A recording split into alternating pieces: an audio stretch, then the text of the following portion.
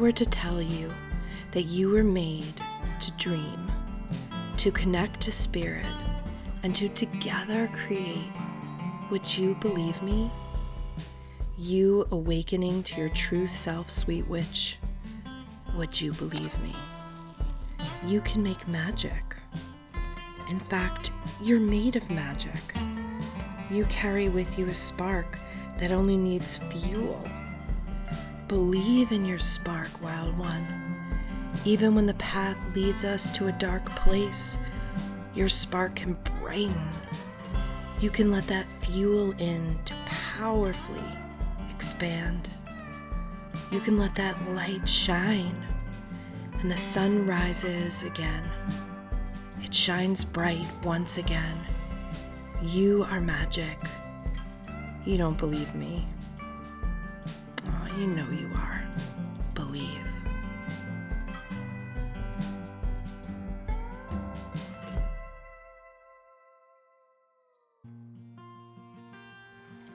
It's been a minute, but I'm here. My name's Heather Lynn, if we haven't met before, and I am the Wild Forest Witch. Today, I just want to take you a little bit into my practice over the last summer. So everything you're about to see is the summer. Everything before the summer, which would be about 1.5 years, was a lot of me healing myself, going through changes, deepening my practice, coming into relationship with spirit. Everything that I did brought me to where I am now, and it's golden. It's golden. My hair has grown, my life has blossomed, and I'm happy to be here today just to share a little bit of my practice with you. And then we'll talk a little bit more. Hopefully I'll give you some inspiration today and we can connect. Show you my dress because, oh, and also here is my awesome, it's really important to drink water. So this is what makes it magical for me. You know, when you don't have time, you can always just decorate your cup. Yeah, oh, here's my dress. I got it in Salem with Sarah, the Woodland Witch, who I miss and love. Yeah, let's see some flowers. You gotta see this beautiful flower.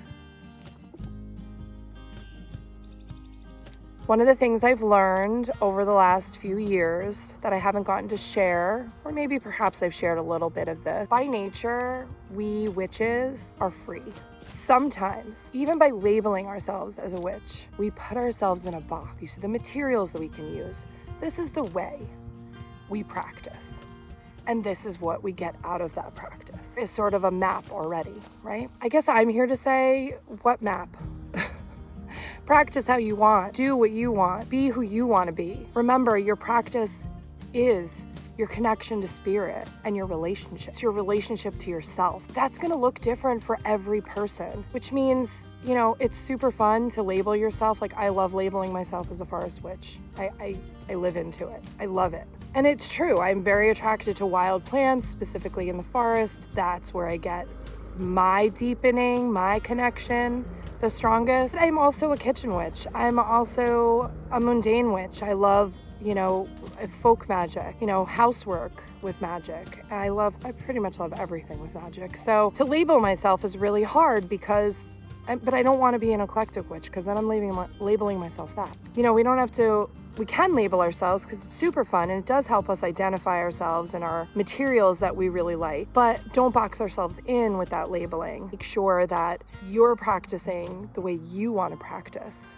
because it's your practice. And the witch that you become is not the witch that you are now because practice brings you into relationship and relationships change. So as you practice, your relationships will change to yourself and to spirit. And that's nothing to be afraid of. That's something to embrace. So if your relationship is deepened by marching into the forest and collecting a few materials from the forest and then doing some kind of a spell with that, great. That works for me sometimes. It means you buy materials only from occult stores and that works for you. Great. Do that. If you are, you know, more of a kitchen witch and that works for you. If you're a ceremonial magician and the attraction to that orderly way of crafting is what calls to you and brings you into relationship with spirit, do that. And be okay with trying different things too. Like, yeah, I probably will never be a ceremonial magician, but I won't say that I never, ever would be, because I'm open in my practice to exploring different things. If I met the right person who was like, Heather, you need to try this, and we worked on it together, I might actually connect with that. And that would deepen my practice, possibly my relationships. So I'm going to be open to that. And I don't think that makes me an eclectic witch. I think it makes me a smart witch. And I think it would make you a smart witch too, if you opened up your heart and explored different elements and different things in your practice. What brings you to spirit? What brings you into relationship with yourself? And what makes you happy? That's the brilliance of being a witch, is that we get to choose.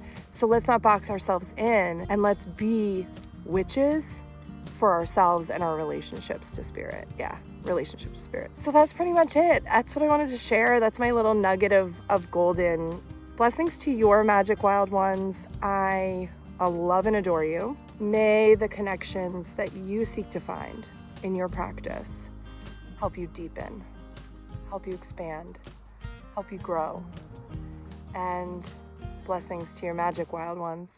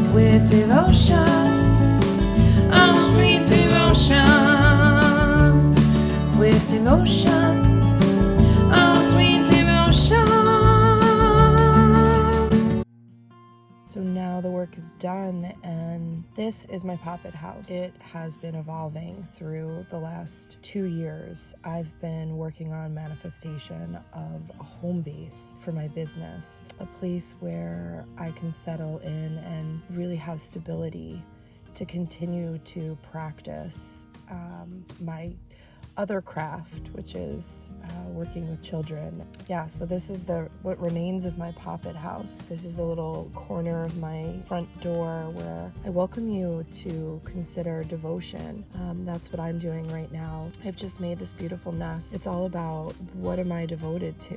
What am I trying to protect? What am I trying to encase? What am I trying to grow? So for me, real quickly, I'm devoted to my family, my practice, the connection that I get to engage in through magic which is that connection to spirit, the earth, and my ancestors. The life that I want to build for myself and am building for myself is in connection to what I'm devoted to, which is love, magic, my family, my husband, my practice. So yeah, this is just a little moment as I'm pausing on a precipice of big change, final conclusion, like the beginning, right, of everything coming together and a home base being built. I'm devoted to the next 20 of my life, not only in my witchcraft practice, but also in my professional life, which is so meaningful to me and is part of my practice in a way, because I work with children and I work with that beginning phase of life. It's such an intimate time. It's such a tender time, so much innocence and vulnerability, and I get to play in that realm. I'm devoted to that. I'm devoted to building healthy brains, healthy hearts, healthy minds, and healthy families. And my hope is that spirit will continue to support me and help me find and settle in to a permanent place.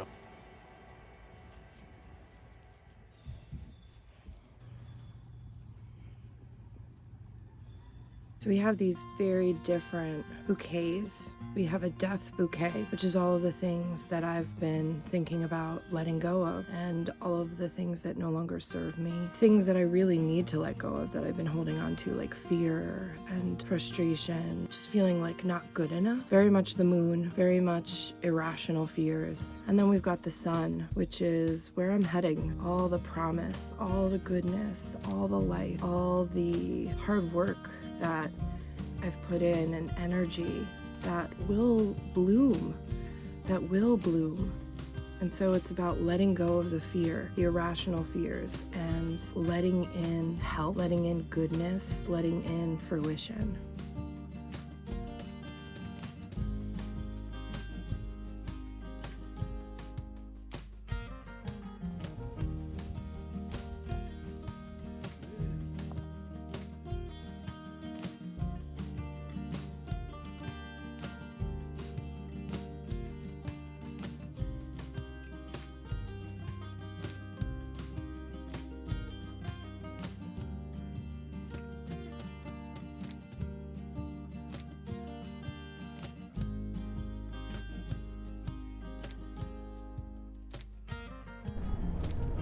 Thank you so much for joining me here, Wild Ones. Blessings to you and your magical life. Blessings to your magic, and as always, stay wild and come and find me again.